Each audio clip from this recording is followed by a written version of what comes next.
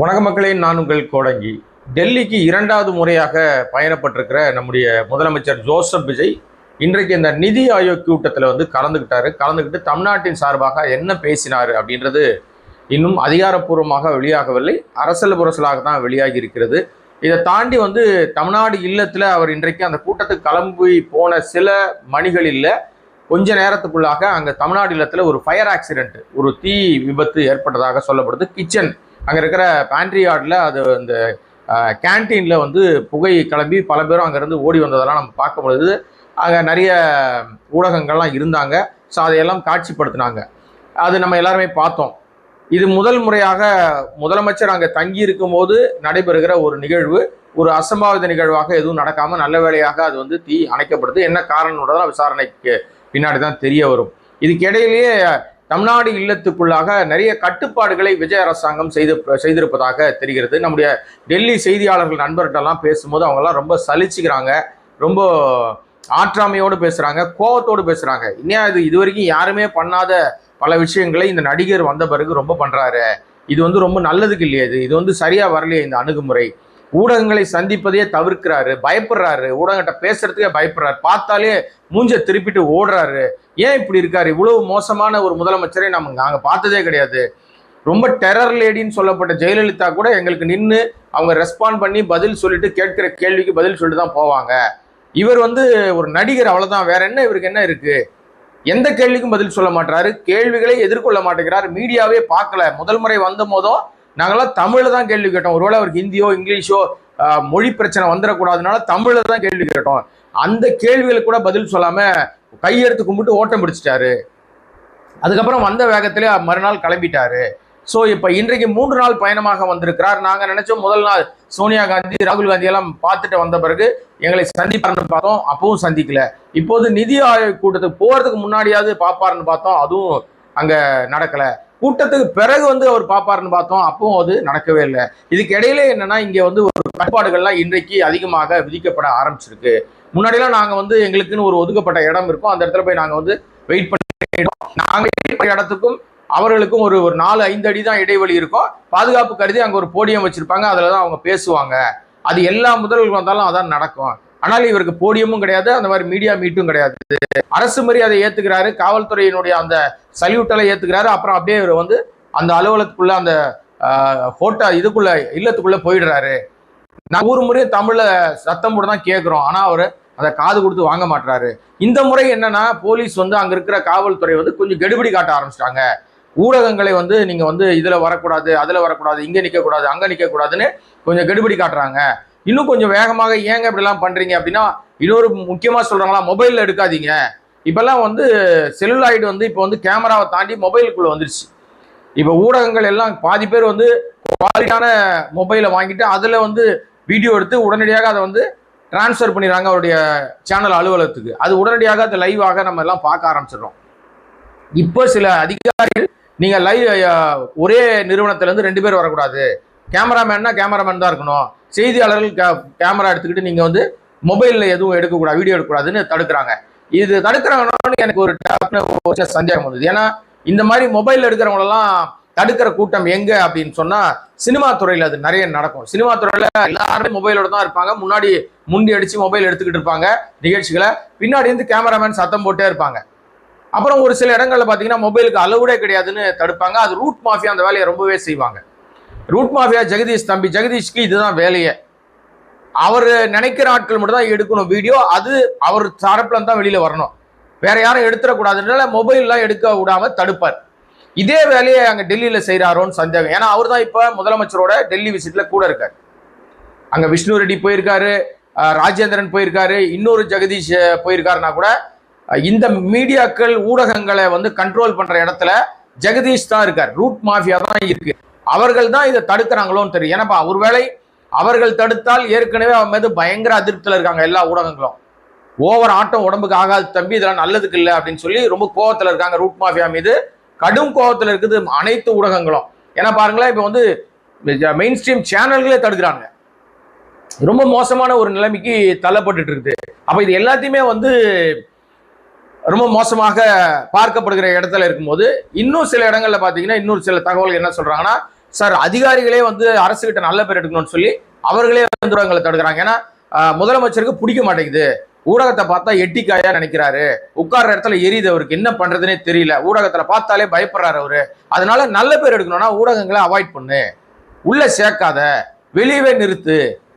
இந்த தமிழ்நாடு இல்லைன்றது நம்முடைய கட்டுப்பாடு தானே, எங்க இஷ்டம் தான், ஊடகமா இருந்தா வெளியே நில்லு, வெளியே இருந்து எடுத்துங்க, உள்ள அலௌடு கிடையாது, அழைத்தால் மட்டும் உள்ள வரலாம் நீங்க, அதுவும் சில அங்கீகரிக்கப்பட்ட ஆட்களுக்கு மட்டும் தான் அலௌடு, புதியவர்களுக்கு அனுமதி இல்லை அப்படின்னு என்னென்னமோ விஷயங்கள்லாம் போட்டு குழப்பம் பண்றாங்க.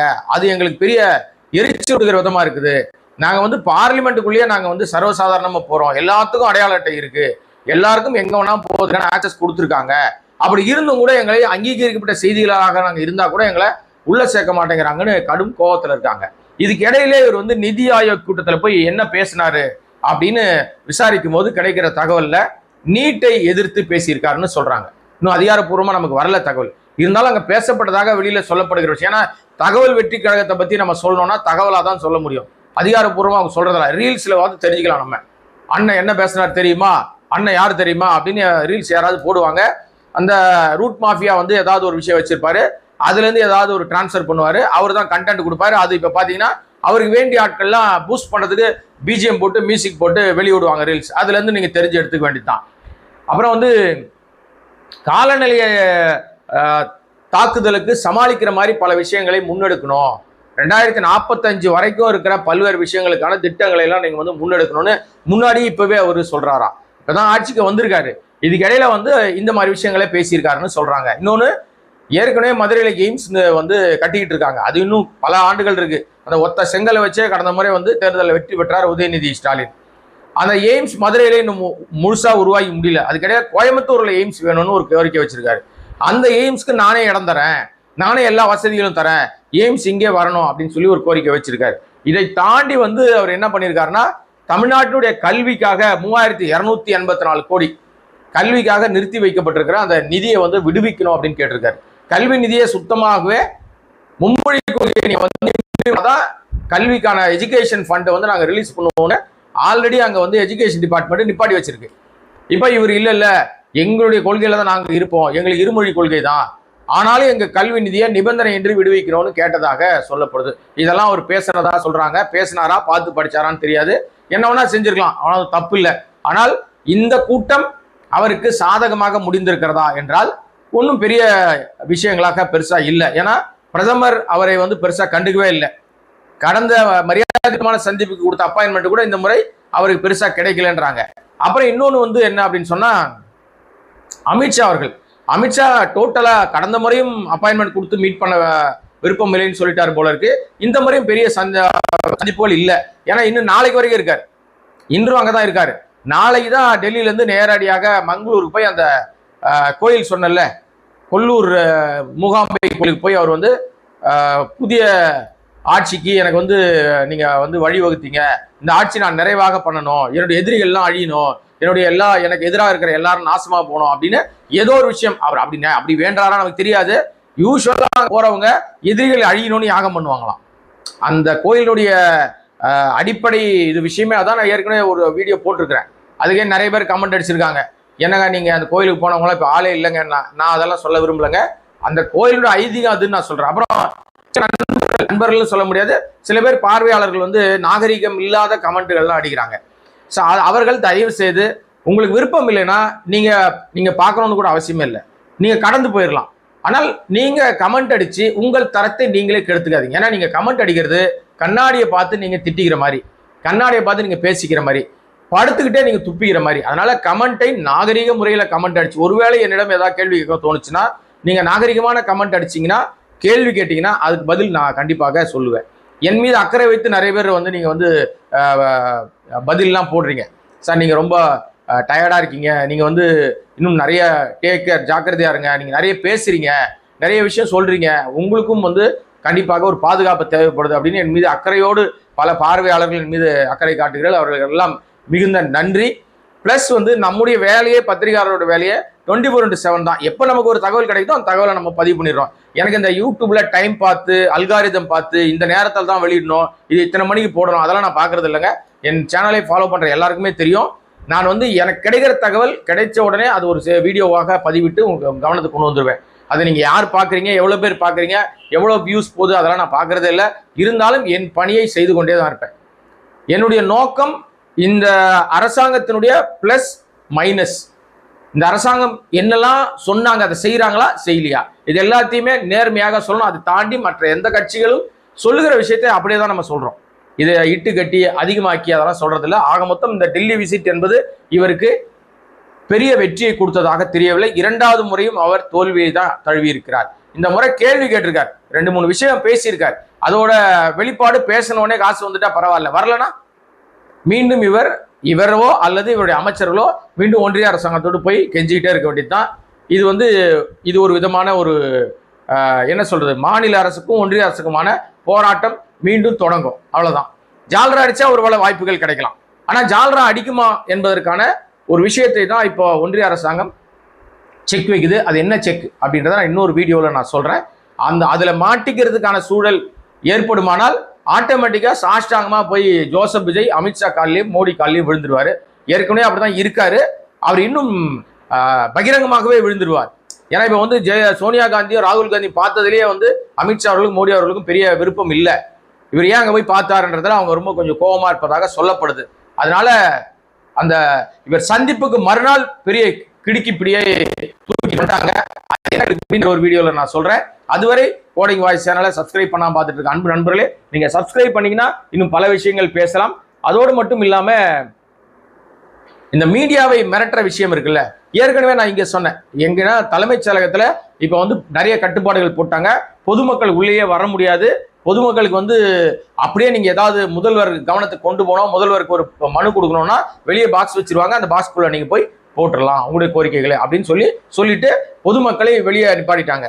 இப்போ ஊடகங்களுக்கு கட்டுப்பாடுகள் வருவதற்கான வேலையை தொடங்கிட்டாங்க. அதுவும் எல்லாருக்கும் அனுமதி இல்லை, அங்கீகரிக்கப்பட்ட செய்தியாளருக்கு மட்டும்தான் அனுமதி. அதிலும் இவர்களுக்கு ஜால்ரா அடிக்கிற ஊடகங்களுக்கு மட்டும்தான் அனுமதி.